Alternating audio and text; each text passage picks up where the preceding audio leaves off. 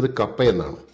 ഈ കപ്പ ഇങ്ങനെ തൊലി കളഞ്ഞ് ഇതുപോലെ ഒന്ന് കൊത്തി നുറുക്കിയെടുത്ത് വെള്ളത്തിലിട്ട് നന്നായിട്ടൊന്ന് കഴുകി ഒരു കുക്കറിലേക്ക് വാരിയിട്ട് ആ കപ്പ നികക്കെ വെള്ളം ഒഴിച്ച് അതിലേക്ക് പാകത്തിന് ഉപ്പിട്ട് കൊടുത്ത് കുറച്ച് മഞ്ഞൾപ്പൊടി കൂടി ചേർത്ത് നന്നായിട്ടൊന്ന് ഇളക്കി കുക്കർ അടച്ചു വെച്ച് വേവിക്കുവാനായിട്ട് വെക്കാം.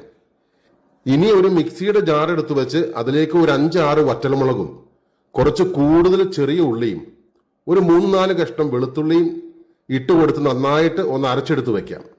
ഇനി ഒരു പാത്രത്തിൽ എണ്ണ ഒഴിച്ച് എണ്ണ ചൂടായി കഴിയുമ്പോൾ അതിലേക്ക് കടുകിട്ട് പൊട്ടിച്ച് ഇപ്പൊ നമ്മൾ അരച്ചെടുത്ത ആ അരപ്പ് അതിലേക്ക് ഇട്ട് കൊടുത്ത് കുറച്ച് ഫ്രഷ് കറിവേപ്പില കൂടി ഇട്ട് കൊടുത്ത് എല്ലാം നന്നായിട്ടൊന്ന് മൂത്ത് വന്ന് കഴിയുമ്പോൾ അതിലേക്ക് നമ്മൾ ഒരു 2 പിടി തേങ്ങ ചേർത്ത് കൊടുക്കും. ഈ തേങ്ങ എല്ലായിടത്തും ചേർത്ത് കൊടുക്കുമോ എന്ന് എനിക്കറിയില്ല, ഞങ്ങൾ ചേർത്ത് കൊടുക്കും. തേങ്ങയെല്ലാം നന്നായിട്ടൊന്ന് മൂത്ത് വന്ന് കഴിയുമ്പോൾ അതിലേക്ക് നമുക്ക് വെള്ളം ഊറ്റി കളഞ്ഞ് കപ്പ ചേർത്ത് കൊടുക്കാം. ഇത് നല്ല വേവുള്ള കപ്പയാട്ടോ.